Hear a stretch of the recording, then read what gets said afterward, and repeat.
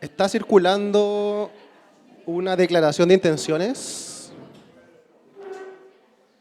Son 4 o 5 hojas solamente, todas dicen lo mismo. Es una declaración de intenciones para que lo puedan leer y pueden anotar algún comentario en la parte posterior de la hoja, ¿ya?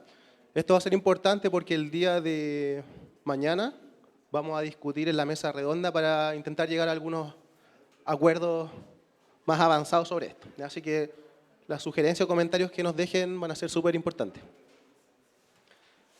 En la mañana tuvimos 2 charlas. Ahora vamos a tener una estructura bastante similar.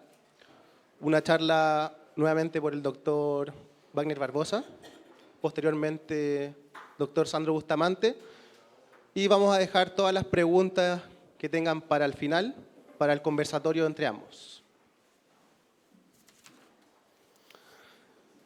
Para esta conferencia invitamos nuevamente al doctor Wagner Barbosa, que nos va a presentar etnofarmacia de fitoterápicos artesanales, análisis de plantas y formulaciones, plataforma para el desarrollo de fitomedicinas.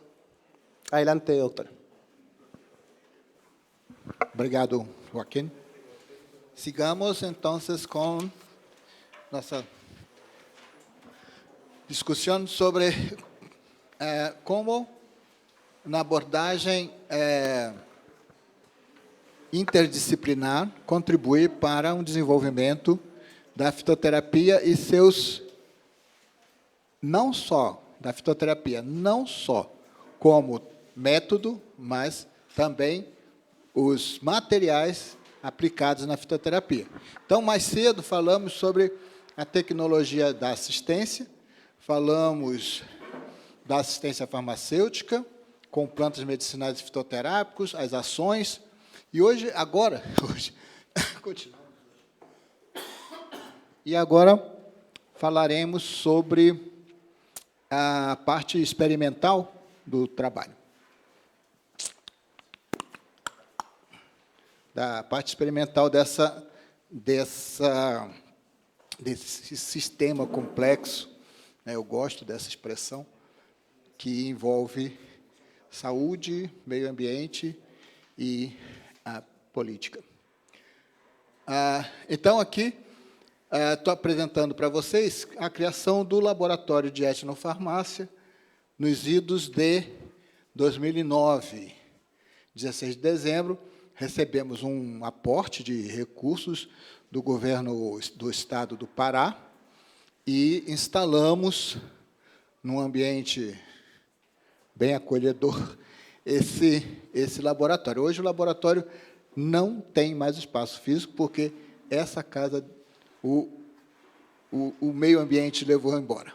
A maré do rio reivindicou o espaço, né, e recuperou o espaço que nós tínhamos tomado da beira do rio, inclusive da vegetação, porque não fico nem um pouco chateado com isso, não me aburre. Então, aqui estamos instalados, colegas que participam da discussão, meus alunos de pós-grado, e aqui o símbolo atual do laboratório. Né? Sim. De novo, vamos fazer uma recordação sobre o que vem a ser, né? São os materiais e práticas utilizados para a manutenção e recuperação da saúde dentro de um contexto cultural característico de um território ou de uma região, né? Geograficamente colocando. Que são fitoterápicos? São... Volta. São recursos terapêuticos de base exclusivamente vegetal usados para recuperar e preservar a saúde. São alopáticos especiais. Não são homeopáticos. Muita gente confunde, né? Faço fitoterapia. O que você usa? Eu uso um homeopático e vice-versa. Existem homeopáticos que são de origem vegetal, mas existem de origem mineral e os de origem animal. Mas essa não é a maior diferença. A maior diferença é o que tratam esses dois sistemas. A alopatia trata doença. Homeopatia trata o doente. Não é assim que se fala lá na escola?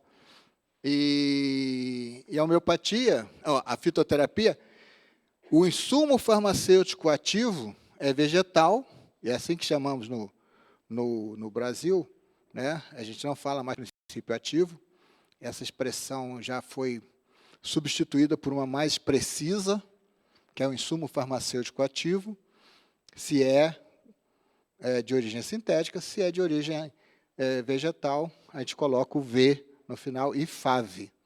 Então, o IFAV, ele ataca a doença. O insumo farmacêutico ativo do fitoterápico ataca a doença.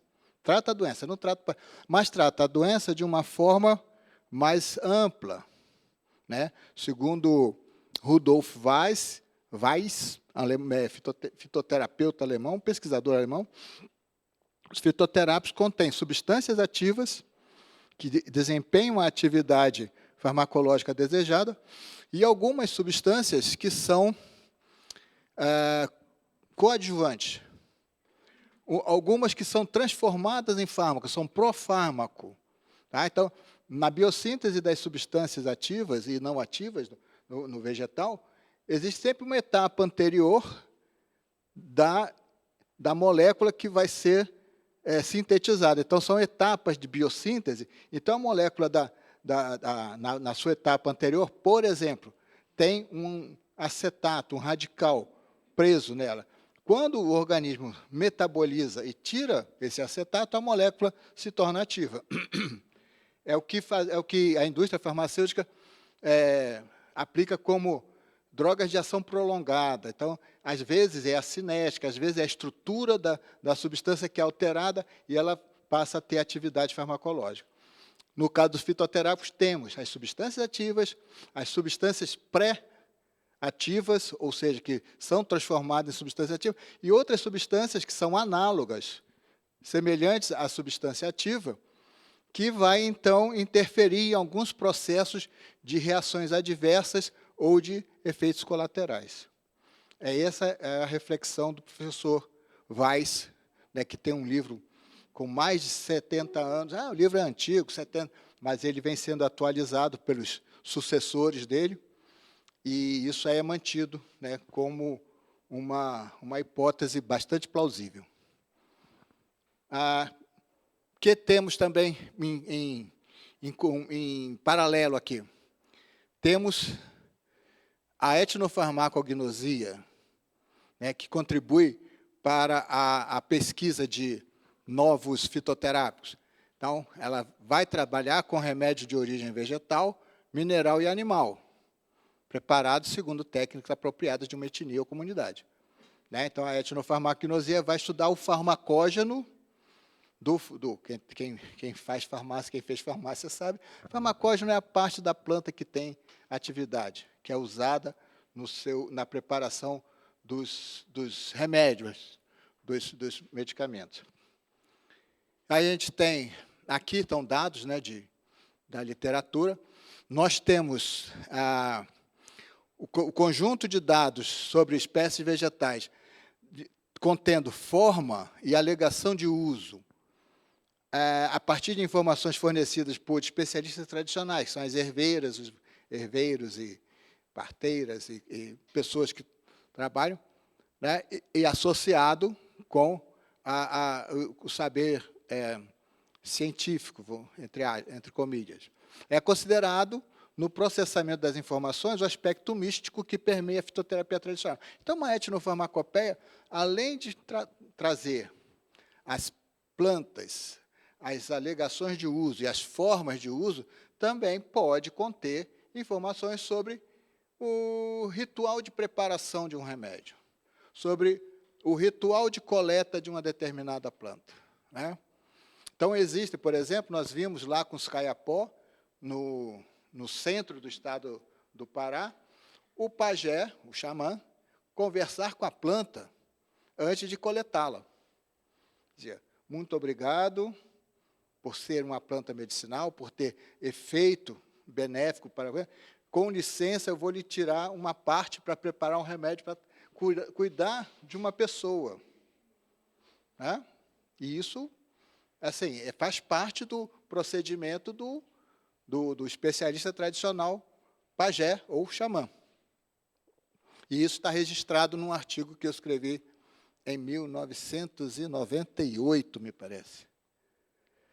Então, o que a gente faz no âmbito da etnofarmácia com relação aos fitoterápicos? A gente faz uma abordagem. Nessa abordagem, a gente vai buscar levantamentos previamente realizados com o mesmo enfoque, etno-orientado. Tá? Para a gente fazer, então, né, por exemplo, contribuir para a elaboração de projeto de pesquisa, né, mencionando espécie vegetal, parte do vegetal utilizado, o líquido extrator, com que foi extraído, preparado aquele remédio? Com água, álcool etílico misturado com água, né? Foi usado uma gordura de algum animal ou de alguma planta? Então, essas são informações importantes. Analisa a viabilidade dos vegetais. Tá, então, existem recursos terapêuticos vegetal que vêm de árvores. Então, para fazer um horto medicinal, você começar do zero com uma árvore, em geral, são 10, 20 anos, até que essa árvore produza o farmacógeno. Então, quando tem árvores na lista de plantas utilizadas, nós procuramos, para estabelecer o horto, locais onde essa árvore já se encontra. Já encontramos essas árvores. E ali, em volta, ao redor, colocamos as outras espécies que são arbustos, são subarbustos, são ervas rasteiras, né, de estatura, de baixa estatura, assim, ervas rasteiras que crescem junto ao piso. Outra coisa que se preocupa também, o ciclo, né? Existem as espécies de menor porte, elas têm um ciclo curto. Então, você pode produzir várias vezes ao ano, enquanto o clima for favorável. Principalmente aqui, que a variação do clima é efetiva. Lá cadê a Nilma? Lá nos trópicos, a gente fala que tem 2 estações do ano. Uma que chove todo dia e outra que chove o dia todo. Então, 24 horas de chuva numa estação, na outra são chuvas isoladas, assim, distribuídas pelo Estado. E pressupõe farmacovigilância. Todos sabem, sempre que a gente entrevista algum especialista tradicional, vem a informação de como se deve usar e como se deve evitar problemas com o uso, né? Como, por exemplo, 2 profissionais de saúde, uma delas minha filha, que é farmacêutica também, foi usar um chá que eu mandei para ela, e ela achou gostoso, bonito, tratou o problema de saúde que ela tinha e continuou tomando. No primeira consulta, no check-up, o médico afirmou, seu fígado está com problema. Aí ela listou tudo que comeu, bebeu durante aquele tempo, e ele falou, deve ser esse chá. Ele falou por puro preconceito. Ela falou, deve ser esse chá. E ela me informou depois, pai, meu exame deu ruim, não sei o quê. Eu falei, o que você... porque aquele chá é tão bonito, tão gostoso, eu fiquei tomando. Eu falei, está aí o resultado, né? Fitoterápico não é panaceia, não é suco, é medicamento. O outro caso foi uma dentista, amiga minha, que estava com, como chama, as regras sem regularidade, né? Estava com uma menstruação alterada. Aí, mas um chá muito bonito, muito gostoso, também, mesma coisa. Começou a apresentar problemas de baixa como é que foi dela? Foi anemia, porque o chá, ele retira alguns elementos do sangue, né?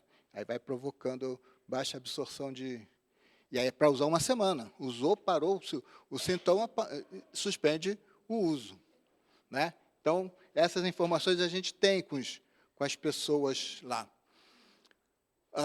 Aí tem uns 4 trabalhos que eu selecionei, né? Parece que alguma coisa não está. Não, não é. Essa tarja amarela aí não é para considerar. Bom, lá pela manhã falei na vertente epistêmica teórica da etnofarmácia. Aqui eu trago a vertente experimental. Então, o que acontece? Acontece o saber tradicional, que a gente acessa, que inclui alguns rituais na preparação de remédios tradicionais. Isso é o que a gente encontra quando chega ao campo. Também a gente encontra, nas áreas mais urbanas, o saber popular, que, como eu disse, acho que eu não comentei ainda com vocês, que o saber tradicional ele é cristalizado, ele é parado no tempo. Então, se fizermos isso é uma intromissão que eu faço na antropologia, me desculpe. Mas o que a gente percebe é que, quando você registra a fala de uma herveira e ervateira, né, você registra, você documenta, aquele saber está cristalizado naquele momento. Aquele saber avança. O uso segue e outras gerações vão alterando de alguma forma, para o bem ou para o mal, esse saber. Então, o saber tradicional, ele é aquele que é documentado e registrado. A partir daí, nós começamos a inventar tradições, criar tradições, até que alguém venha, registra de novo e fica uma nova etapa daquele saber tradicional cristalizado. Mas o que acontece? Aqui, as outras ciências, a interface da ciência farmacêutica com outras ciências, né? Aplicação de tecnologias, e aqui se incluem botânica, farmacologia, as tecnologias farmacêuticas, tecnologia que contribuem para a elaboração dos medicamentos fitoterápicos. Então, temos duas vertentes, a dos remédios tradicionais e a dos medicamentos fitoterápicos. O que a gente observa com o passar do tempo é que, muitas das vezes, com o passar do tempo e com a sistematização, falei mais cedo, da tradução dos saberes, né, do chamado empírico para o chamado científico, ocorre a supressão dos rituais. Ou seja, se não é uma etnofarmacopeia, se é um projeto de pesquisa que vai propiciar o desenvolvimento de um fitoterápico, os rituais mais atrapalham do que se o financiamento é feito com base em regulamento que prevê questão da tecnologia, do aproveitamento, vamos dizer, viável, economicamente viável. Então, você entrar com rituais, você até pode colocar na introdução do projeto, o povo faz assim, faz assado, mas não vamos considerar isso. Porque nós vamos pegar a planta, a espécie vegetal, vamos processar dessa forma, vamos desenvolver o produto desse jeito. E aí a gente não pode colocar não deve colocar durante o processamento do material vegetal, aqui nós vamos fazer uma oração, aqui nós vamos, não podemos ter mulher menstruada manuseando o material, como tem no caso da copaíba, mulher menstruada não pode coletar copaíba. Aqui nessa outra fase, quem teve relações sexuais não pode trabalhar. Isso existe na coleta da copaíba. Então, eu não posso levar para dentro de um projeto de pesquisa e desenvolvimento os elementos rituais. E aí, saem. E aí, o que acontece? O saber tradicional, sem os rituais, ele vai se tornar o saber popular, que vai dar origem a remédios populares, artesanais, fitoterápicos artesanais. Deixa de ser tradicional, passa a ser artesanal, baseado em saberes que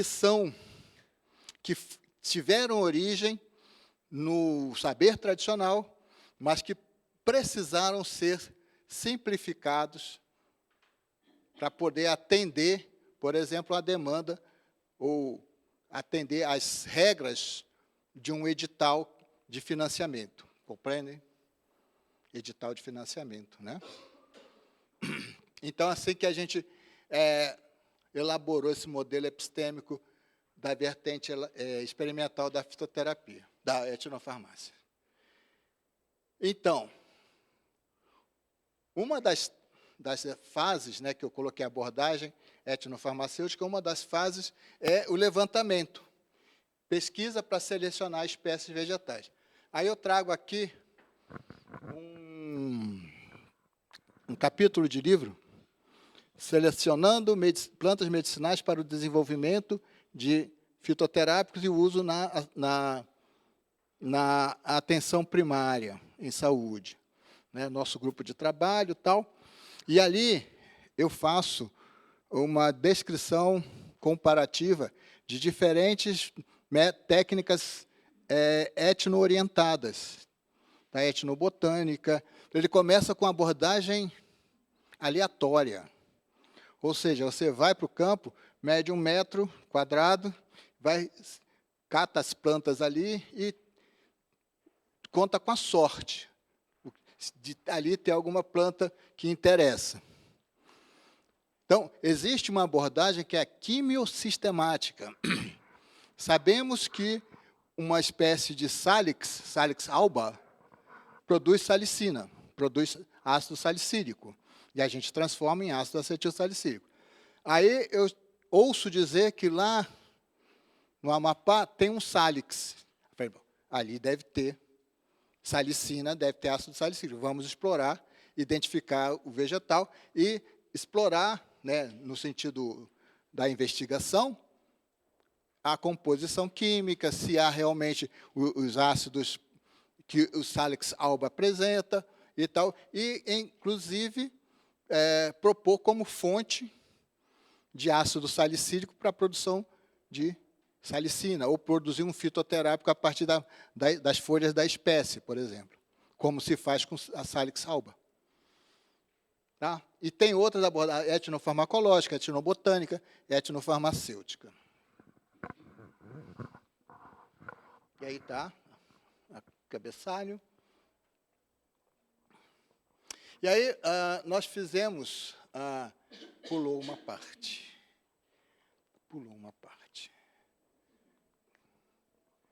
Não, aqui já é... Bom, então, a partir de um levantamento etnofarmacêutico, nós achamos micânia. Conhecem micânia guaco? Não? É um expectorante, né? Micânia glomerata, micânia levigata. E aí a minha aluna, Andressa, que hoje vai me substituir lá na Faculdade de Farmácia com fitoquímica e fitoterapia, a partir do próximo semestre, ela fez a tese dela com micânia. Então, achamos uma micânia no levantamento e fizemos justamente aquela questão fomos na quimiosistemática. Será que tem cumarina suficiente para agir como expectorante? E começamos, então, a trabalhar desde a farmacobotânica, que é ali a microscopia dos tecidos da vegetal, folhas e tal. Depois fizemos uma abordagem fitoquímica e concluímos fizemos algumas conclusões sobre a microscopia da folha, né? A farmacoquímica, né? Que é a aplicação de reagentes químicos sobre os cortes histológicos, né? Quem é da área sabe que é assim que se faz, né? Então, achamos resultados compatíveis com outros gêneros, com outras espécies do gênero. Tá? Aí fomos avançando. Analisamos o extrato aquoso por cromatografia em camada delgada. Aí, adicionamos ácido ortocumárico e paracumárico nas amostras. E a gente fez, então, isso aqui é chamado coeluição de extratos com substância marcadora. As duas. Aqui, agora, Exatamente. Aqui são as frações e aqui os marcadores. Qual é esse? É IF49, derivados de cumarina. Na verdade, a gente não encontrou esses dois, né? Mas na frente a gente vai ver. Existem cumarinas, mas não são orto e paracumárico. A gente fez, então, uma cromatografia, né? Por líquida de alta eficiência, e fizemos os constituintes e aqui a cumarina. Então, a gente vê que não tem cumarina no extrato. Logo, essa planta não pode ser expectorante. Ela tem outras atividades farmacológicas, mas não é. Então, a quimiosistemática pode levar a esse tipo de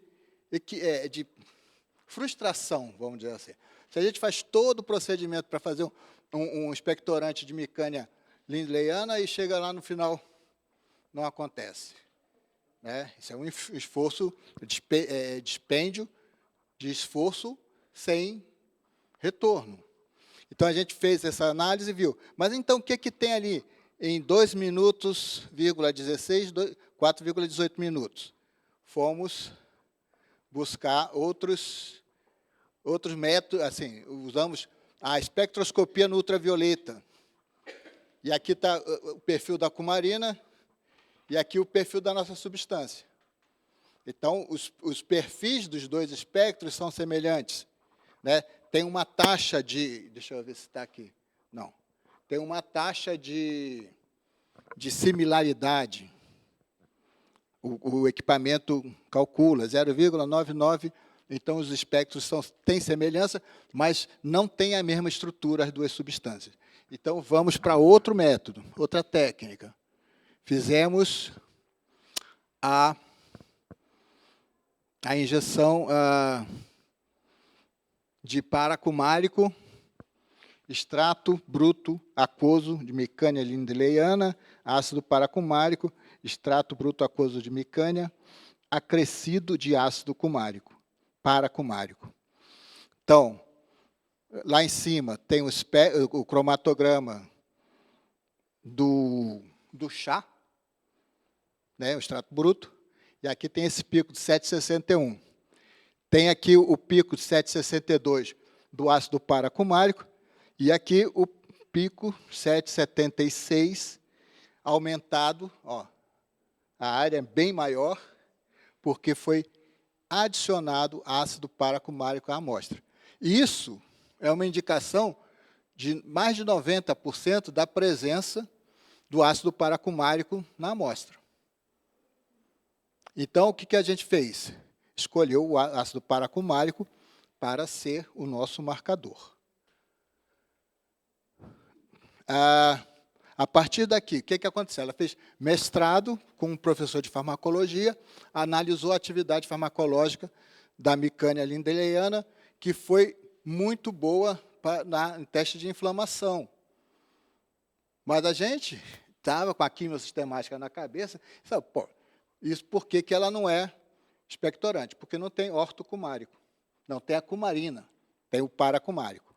E ela mostra essa atividade anti-inflamatória. E, no caso, a técnica da coiluição de amostra padrão é definitiva. Eu falo em 90% porque, né, certeza, né, a gente só leva para o cemitério. Né?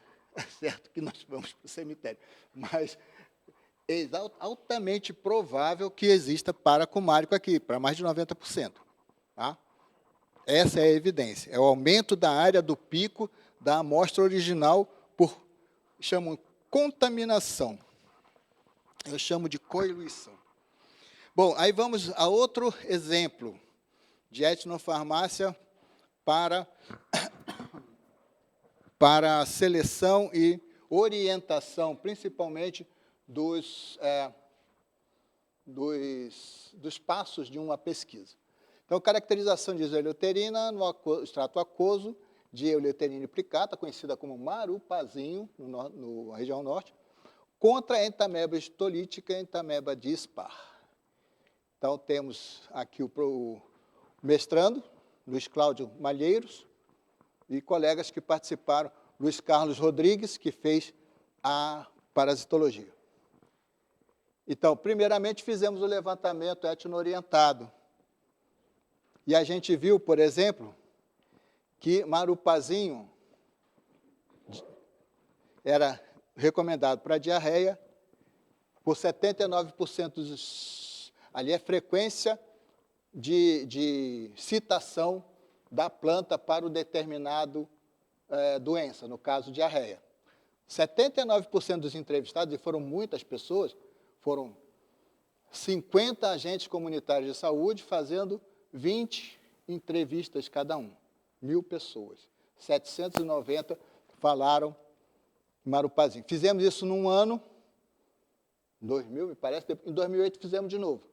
Aí, em 2008, aparece o marupazinho acima disso, né? E quando a gente associou outros elementos, deixa eu ver se isso está escrito aqui. Não. Quando a gente associou outros sintomas, outros agravos, a convergência aumentou para quase 100%. Então, nós tínhamos, e tinha um diagnóstico, uma pessoa recebeu o diagnóstico de amebíase e tratou com marupazinho.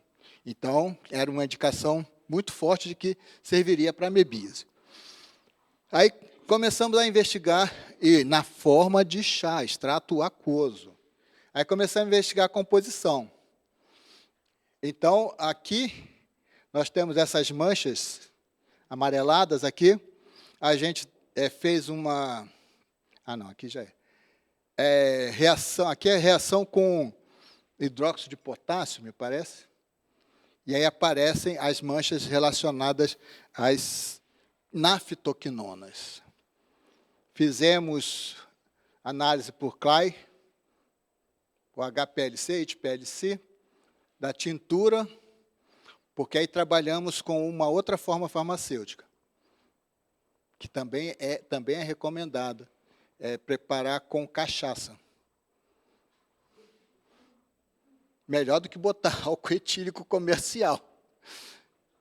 Então, nós identificamos aqui a eleuterina, lá o isoeleuterol, e a gente tinha esses dois picos aqui, e a gente conseguiu atribuir o 18,15 para a isoeleuterina e o 20,95 para isoeleuterol. Bacana.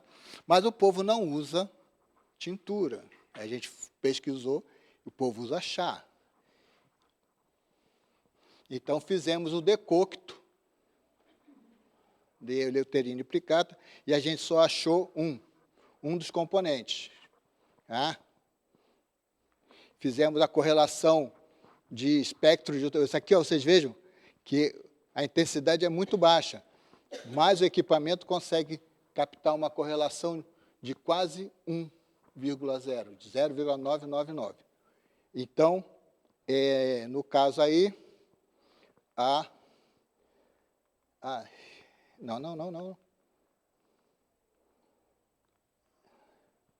No caso aí, não veio a estrutura. Enfim, está aqui a estrutura dela. Isoeleuterina. E aí fizemos a quantificação de isoeleuterina no nosso preparado farmacopeico, pela regra da farmacopeia. Nós encontramos um teor da substância ativa mais baixo do que o teor do chá. Então, as pessoas usam uma concentração mais elevada consomem, né, uma concentração mais elevada da substância ativa. Está publicado, não tem o nome da revista. Ó. Se meus alunos...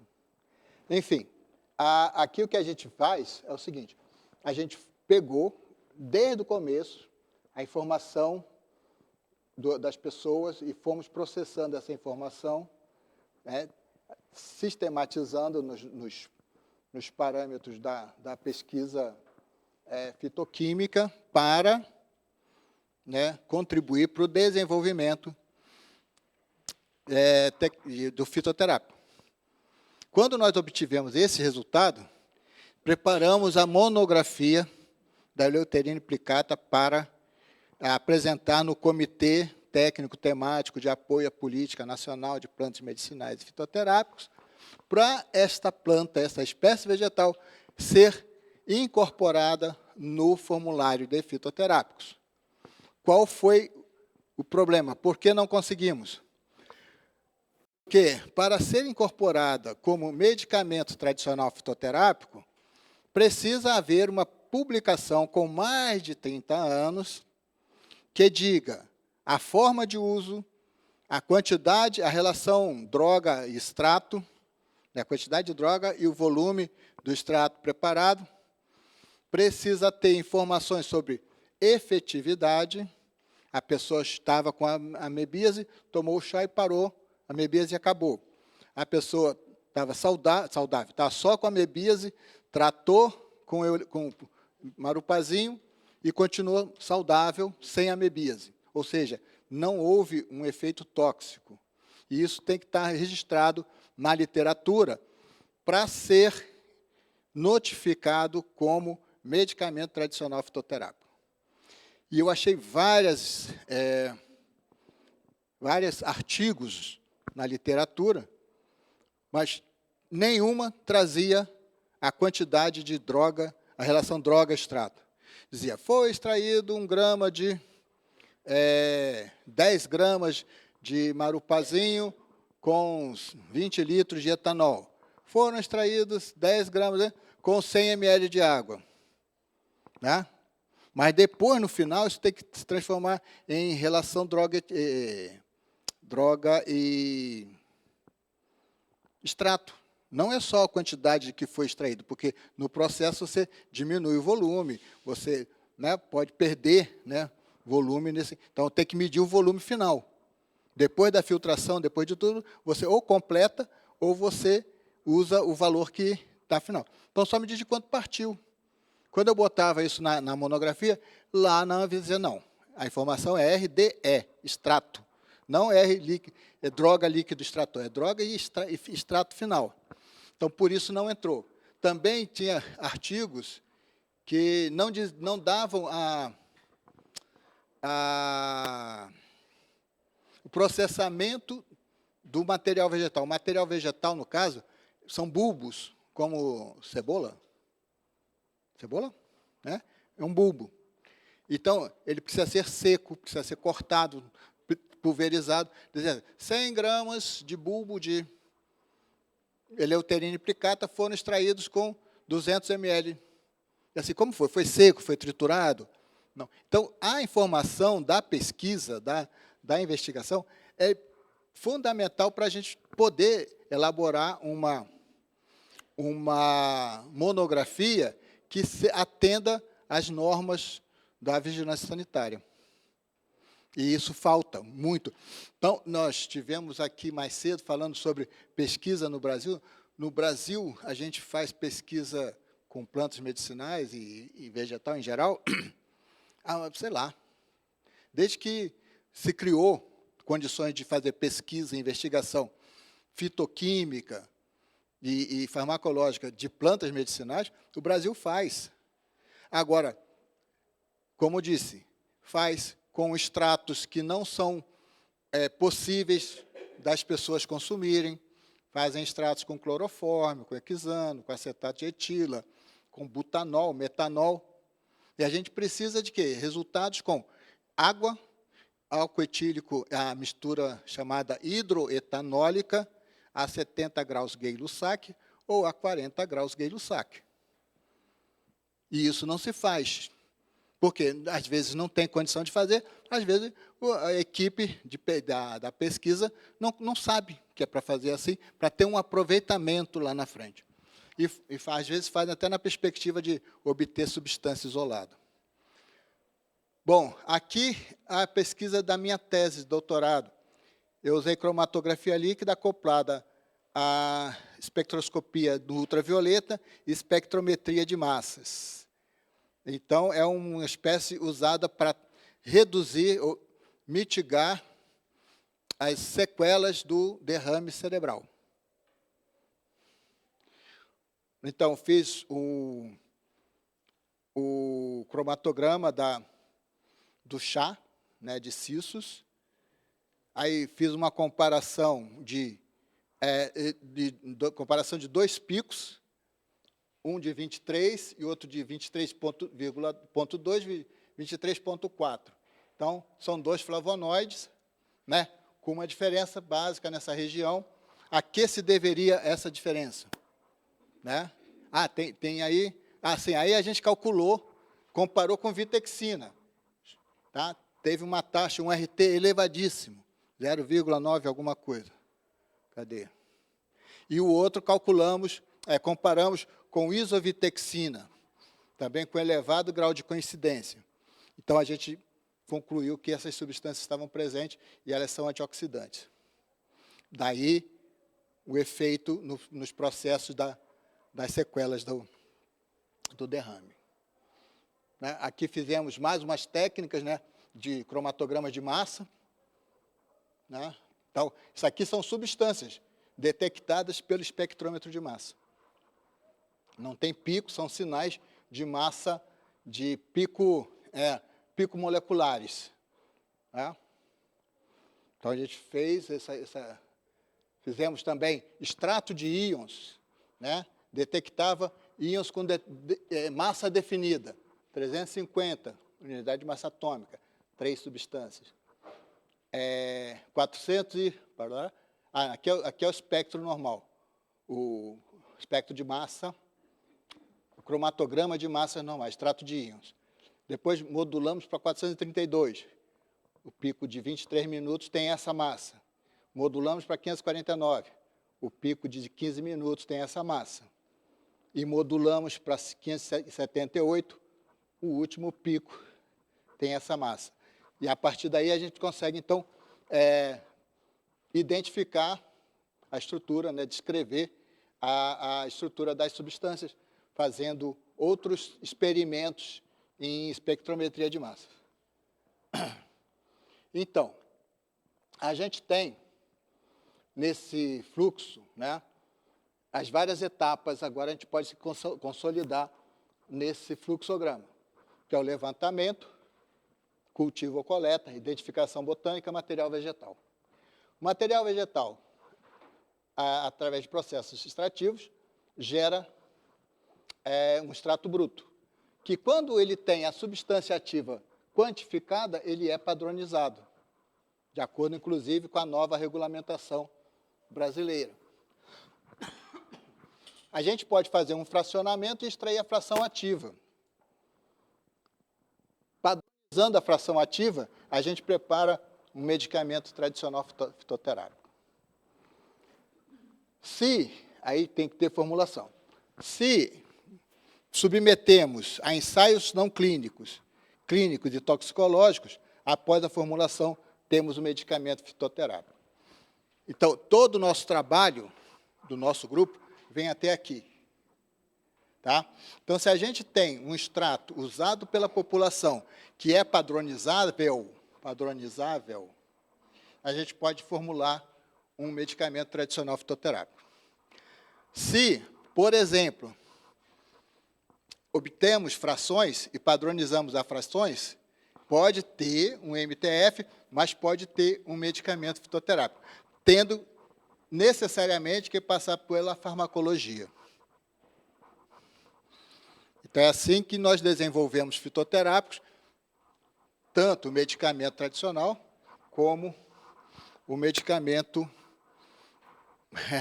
É interessante falar que esse é o medicamento tradicional fitoterápico. E esse é o tradicional medicamento fitoterápico. É aquele que nós conhecemos já de mais tempo. Aqui eu trago também para ilustração a ordem de grandeza do desenvolvimento de medicamentos não fitoterápicos e os fitoterápicos. A gente pode ter em torno de 10 mil substâncias sintéticas ou simplesmente na tela do computador. pela farmacologia quântica, né, desenhar milhares de estruturas.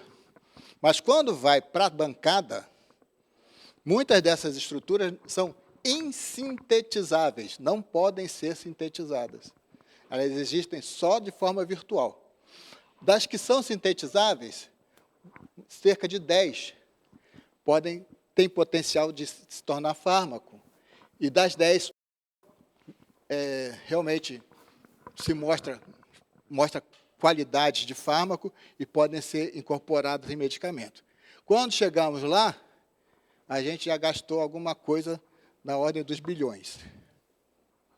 Não seja igual qual seja a moeda. Quando a gente vai fazer, são 20 anos protegidos de patente.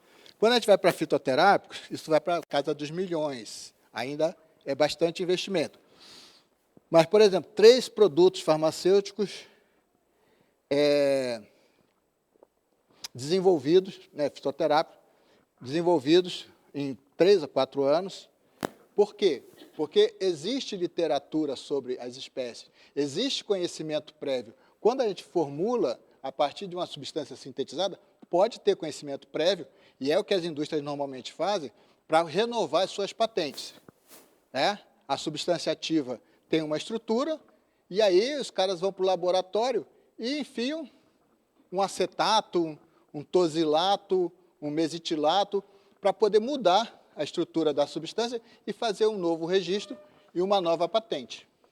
E aí garantir mais 20 anos de exclusividade no mercado. Tá? Mas aqui não, aqui desde a material vegetal, a alegação de uso, a forma de preparo, a forma de uso, já estão dadas como conhecimento tradicional, vamos dizer assim, e como resultado de pesquisa também, de investigação. E aí, conjugando esses resultados, se pode ganhar tempo na elaboração da fórmula, né? E investir um valor menos vultoso, de menor vulto. Aqui eu tenho plataforma tecnológica de desenvolvimento de fitoterápicos, que sintetiza todas essas etapas, do levantamento da espécie vegetal até as ações de assistência. Tá? Para que a gente sistematizou, o meu colega Francisco Martins Teixeira, que hoje está na UFRJ, a coleguinha que estava aqui falou sobre isso, alunos, né? E a gente tentou, né, conjugar num único volume os passos, né, necessários, ou basicamente necessários, para fazer o desenvolvimento do fitoterápico. E a gente pretende, assim, foi uma pretensão muito grande, chamar de plataforma. Mas ainda temos o projeto, não, já não é mais sonho, já é plano. A gente sonha, planeja e projeta.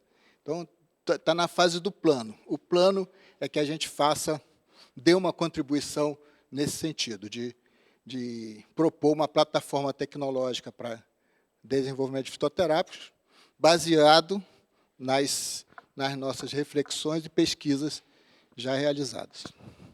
Então, agradeço mais uma vez a atenção, tá? Os contatos. Isso aqui é o logotipo do nosso grupo de pesquisa, de investigação, que está cadastrado no CNPq, Núcleo de Meio Ambiente, o FPA, e lá do outro lado, o nosso laboratório, que está vinculado ao Núcleo de Meio Ambiente. Tá, obrigado de novo.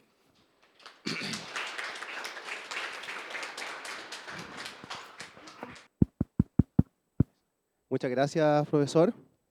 Bueno, una de las cosas que a mí me llamó la atención cuando conocí al profesor Barbosa en Brasil fue lo que evidenció ahora mismo durante esta jornada, que en un momento podíamos estar hablando de etnofarmacia, de pueblos ancestrales, cultura, y en 5 minutos después estábamos hablando de química, de farmacología más dura.